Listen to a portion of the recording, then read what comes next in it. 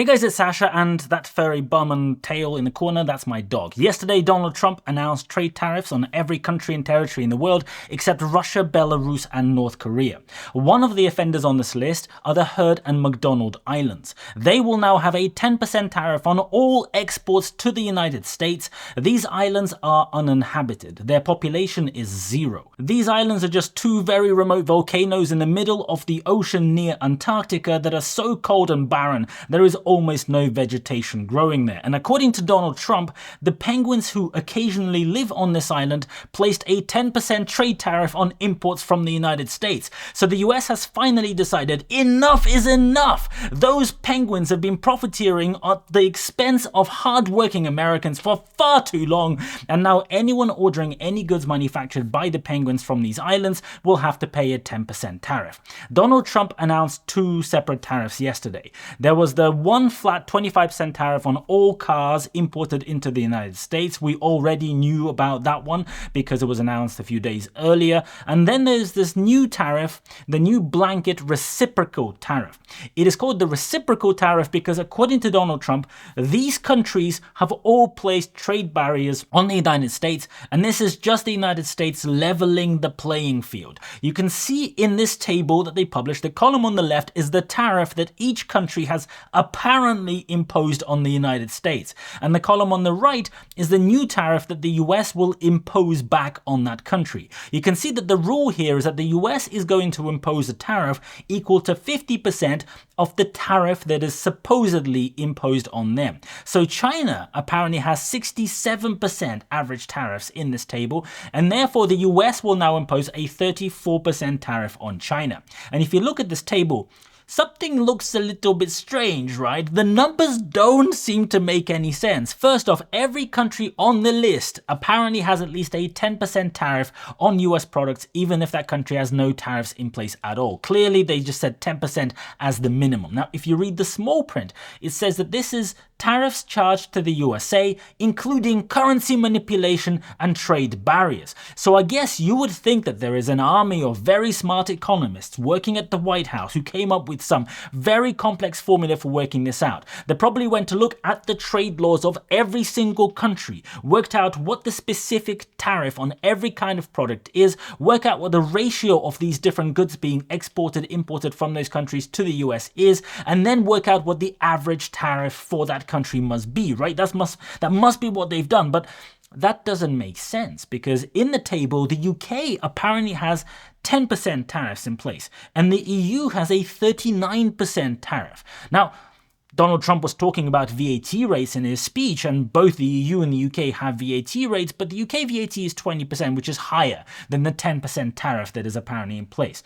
And the truth is that the UK and the EU have almost identical trade rules because until very recently, the UK was part of the EU and retains almost all of the same laws. So a few guys on Twitter quickly figured out that the numbers in this list are complete bullshit, and this is how they are actually calculated. They have taken the trade deficit between the United States and each of those countries and then divided it by the sum of the imports. So this has absolutely nothing to do with trade barriers, with tariffs, with currency manipulations, with anything of any level of sophistication. It's just telling you what proportion of the trade between each country in the United States is the deficit in trade as a proportion of the imports. So if a country sells more stuff to the US than the US sells to that country, there will be a deficit. And because the US has such a powerful economy, because the US is a very wealthy country, they happen to have a trade deficit with most countries because they buy stuff, because the US is richer than every other country. In cases where that trade deficit is less than 10%, or if the trade deficit actually goes the other way, well, they decided to just call it 10% because, well, why not make up some numbers while you're already busy making up other numbers? So, for example, the highest number in this table is Lesotho, which is a tiny country in southern Africa, which apparently has a 99% tariff on US goods. Lesotho is an extremely poor country with a GDP per capita that is roughly similar to countries like Afghanistan. The total GDP of the entire country is about $2 billion. People in Lesotho have no money to buy anything really, certainly no goods that would be imported from the United States. which is why Lesotho does not import anything from the United States. But the United States buys things like diamonds and cheap clothes from Lesotho, so the trade deficit is basically 100%. All of the trade flows from Lesotho to the United States, and they pay for those goods. Lesotho buys nothing from the United States because they are so impoverished. No, the people there struggle to feed their families on very, very low incomes. And the US buys diamonds and cheap clothes from those poor people. And according to the way that this calculation is done, that means that Lesotho has a 99% tariff on the United States. That means that they are fleecing the rich Americans. They are stealing their money. So now anyone importing stuff from Lesotho into the US will have to pay a 50% tariff. And the people who will be paying this tariff will not be the people in that African country, because this is basically just a giant sales tax on Americans buying or importing any kind of product from abroad. Here is an example that I think makes this a lot easier to understand. Imagine you go shopping to Walmart. You have a 100% deficit in trade against Walmart because you buy all of your groceries from Walmart. Groceries. It sort of says a bag with different things in it. So you buy all of your groceries from Walmart, and Walmart doesn't buy anything from you. So you decide that this is not fair. You are going to punish Walmart. You are going to show them. Walmart has taken advantage of you for far too long by selling you stuff that you need at a good cheap price. So here is how you are going to punish Walmart. Next time you go shopping to Walmart for the stuff that you need, you will buy all that stuff, but then you will pay 50% of whatever it is that you spend in Walmart to the IRS because you feel like it on top of your bill. Now, the idea with tariffs is that they will encourage companies to move production to the United States. But factories manufacturing goods, especially more complex goods, things like cars, take many years to set up. They don't happen overnight. And not only that, but because of the tariffs, if you set up a factory, you also need to move the entire supply chain to the US as well. Stuff that is often outside of your control. Because otherwise you will be importing all of the raw materials, all of the parts, and those things will be subject to tariffs. And then you're not really saving anything. So you will have to wait not only until your own factory is set up, not only until all of your stuff is ready to go, your employees are hired and trained and so on, but you have to wait until all of your suppliers, all of the companies you work with, all of their suppliers, all the way to the mining of raw materials, have all moved all of their production to the United States, and only then do you start benefiting from not having to pay the tariffs. And even after doing that, it is still possible that the cost of doing all of that is still too high, and maybe importing stuff from Vietnam is still cheaper even after paying the tariffs because things like labor costs are just so much lower there. And the only thing that will change is that shit is going to get incredibly expensive in the United States. These new tariffs are coming in 3 waves. The 25% tariff on cars has already started. It kicked in live at midnight last night. The 10% blanket tariff that applies to all countries as a minimum will kick in on the 5th of April in 2 days' time.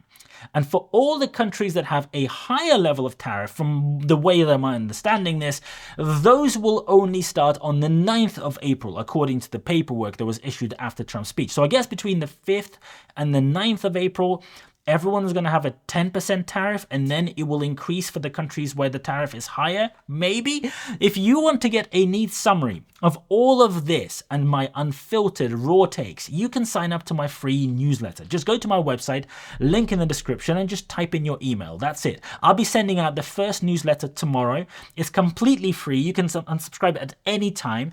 And if you want to get some hot takes, raw opinions that don't have to pass the YouTube filter, go and sign up to my newsletter. So anyway, those people on Twitter did the calculations and showed that the tariffs printed in the table that Trump announced are bullshit, and they're just a measurement of the deficit in trade between the countries. That's it. The White House Deputy Press Secretary then quickly jumped in and said, no. We literally calculated tariff and non-tariff barriers. And he posted this screenshot. And you can see at the bottom of the screenshot, there is a formula, and it uses Greek letters. So it must be very, very sophisticated, right? Well, the good news is I did maths at Oxford, so let's go and take a look at what this actually says. This is the page from the Office of the United States Trade Representative that explains the super complex calculation. The thing on the left, the delta T, is the tariff. It's the bit that they are calculating. The little I at the bottom is just saying that they will go and calculate one of these for every country. So the I stands for the iteration, right? So they work out the delta T for China, then they work out the delta T for a different country, like for the EU and so on and so on. So then the bit at the top of the fraction is X minus M. X is the total exports and M is the total imports. So X minus M is literally the deficit in trade. And you can see on the bottom, you have another M, which is the total imports. So you have the deficit divided by the imports. So while trying to debunk the calculation, the White House basically said, well, yeah, the formula is exactly what you said. It's the trade deficit as a proportion of the imports. But wait a second, what are these two Greek letters here? They must be something really sophisticated. It's epsilon and phi. And there is a section here that explains what these are. The price elasticity of import demand epsilon was set at 4. And then a bit further down, it says the elasticity of import prices with respect to tariffs, phi, is 0.25. So what they do, right, is they multiply by 4 and then they multiply by 1/4. So 1/4. So if you work that very sophisticated thing out, it basically is equivalent to just multiplying everything by 1.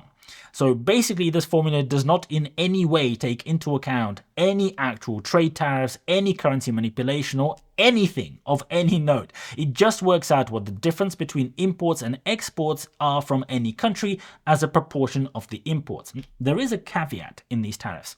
On the White House website, there are a whole bunch of different announcements, and in this one it says some goods will not be subject to the reciprocal tariff. These include 1. Articles subject to 50 U.S.C. 1702b, and this is because this law says that the president is not allowed to slap tariffs on things like postal and phone communication and various other media services. Then 2. Steel, aluminium articles and auto parts already subject to section 232 tariffs. So this is because of that separate 25% tariff and the separate tariff on steel that they have already separately announced.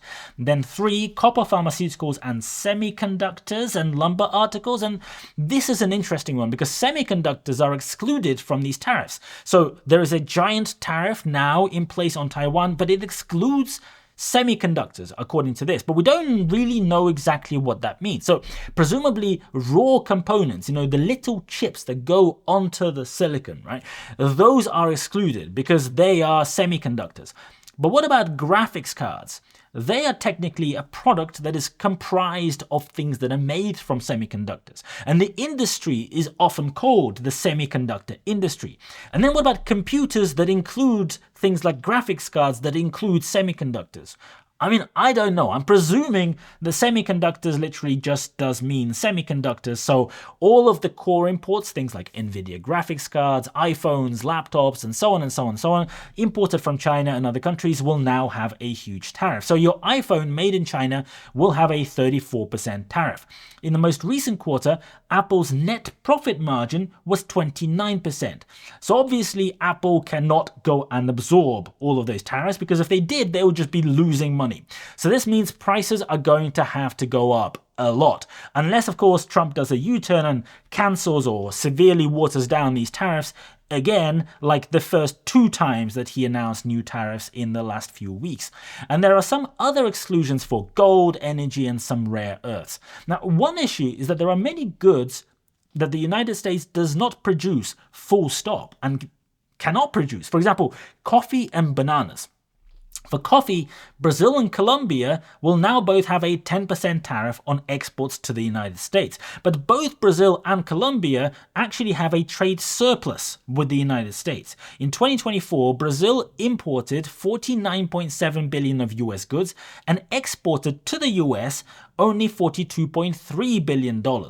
And the US sold $19 billion of goods to Colombia, while Colombia only sold $17.7 billion to the US. So these two countries, even using this very warped logic of a trade deficit, are actually net buyers of US goods. But that doesn't matter, why get facts get in the way of a good policy? From next week, if you like drinking coffee, it's going to cost you 10% more because of this new tariff. It's amusing watching US politicians post stuff on Twitter like, America will no longer be taken advantage of, because it clearly shows that a lot of US politicians actually just parrot whatever bullshit they are told to parrot because they don't seem capable of thinking for themselves.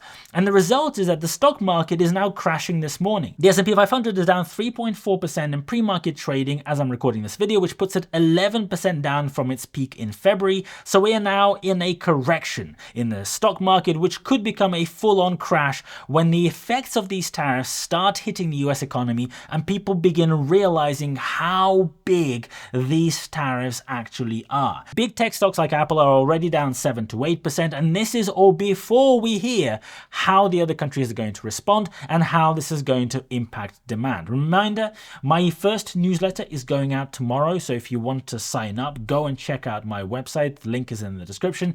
Thank you so much for watching, and I'll see you later.